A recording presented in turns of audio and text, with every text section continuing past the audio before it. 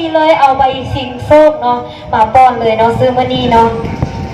ลงทะเบียนแล้วเนาะอยากเข้าไปเบิ่งโทรศัพท์เนาะเข้าไปเบิ่งได้เลยเพราะว่าเขามีพนักงานเนาะคอยต้อนรับอยู่ร้านไหนนั่นเอง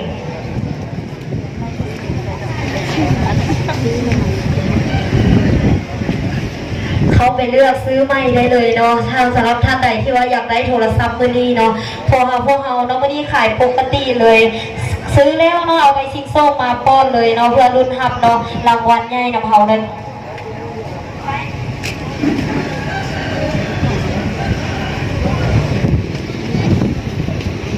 ท่านใดที่ว่ายังไม่ลงทะเบียนเนาะเข้ามาลงทะเบียนได้เลย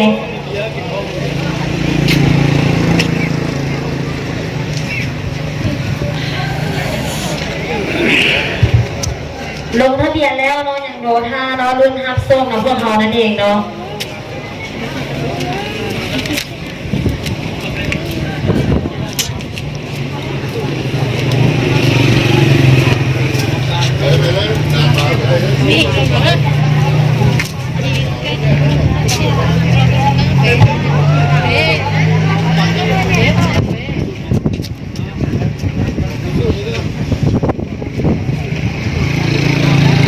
เราสำหรับท่านใดที่ว่ามาฮ้อนเนาะเอาไปคูปองสีฟ้าหรือว่าสีขาวเนาะเอามาลงทะเบียนนะพนักงานเขาได้เลยเนาะเพื่อเอาน้ำเย็นๆไปกินนั่นเองเนาะ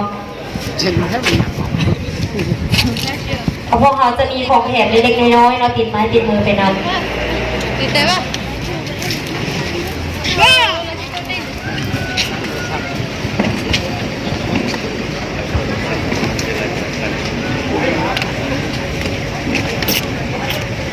ผู้โชคดี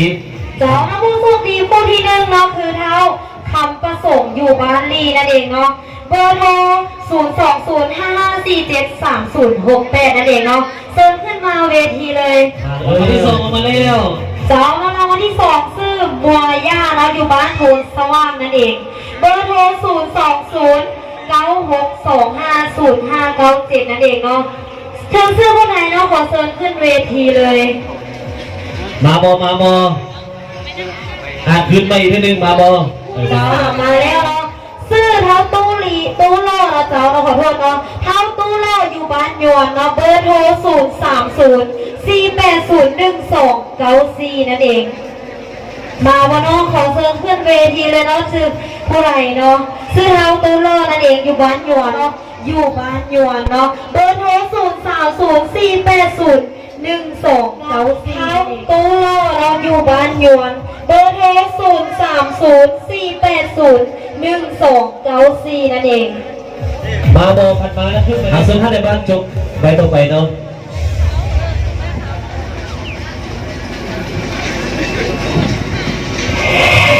เกียรติรุ่นน้องกันพี่น้องเกียรติรุ่นน้องกันเนาะตอนนี้แจกรางวัลที่6สกอร์มี25รางวัลเนาะเอาผู้โชคดีผู้ต่อไปสาวนะผู้โชคดีผู้ต่อไปนะคือเท้าเสียงเนาะอยู่บ้านภูเซลเนาะเบอร์โทร02091706056นั่นเองมาเท้าเสียงบ้านภูเซลอ่ะเอามาเท้าเสียงอยู่บ้านภูเซลเท้าเสียงเนาะอยู่บ้านภูเซลเนาะเบอร์โทร02091706056นั่นเองเนาะซื้อ vivo Y11 นั่นเองมาเอาซื้อท่านในบ้านผู้ที่3นั่นเองเนาะซื้อเท้าแม็กสันติอยู่บ้านยอนเบอร์โทร55660205นั่นเองมามียูไซขึ้นมาเลยเนาะขึ้นมาเลยผู้โชคดีลงทะเบียนมาลงทะเบียนบอกลงทะเบียนเพื่อนเลยจ้าเนาะขออีกเทือที่2เนาะที่เท้าแม็กสันติเนาะอยู่บ้านยอนเบอร์โทร55660205เนาะซื้อสมาร์ทโฟนยี่ห้อซัมซุงอยู่บ้านน้ำหนำเนาะเบอร์โทร02029863089นั่นเองมาเท้าคำไตบ้านน้ำหนำเท้าคำไตบ้านน้ำหนำมาแล้วผู้ใดมาแล้วยกมือขึ้นได้เนาะเพราะว่าไผ่บัวมาเขาถือว่าสลาจิตเนาะถือว่าจบไปไม่เลยผู้โชคดีผู้ต่อไปนางพรอยู่บ้านมอนเนาะเบอร์โทร03022922468นั่นเองเนาะขอเชิญเลย นางพรอยู่บ้านบนนางพรบ้านบน บ้านโมนเนาะเบอร์โทร0302292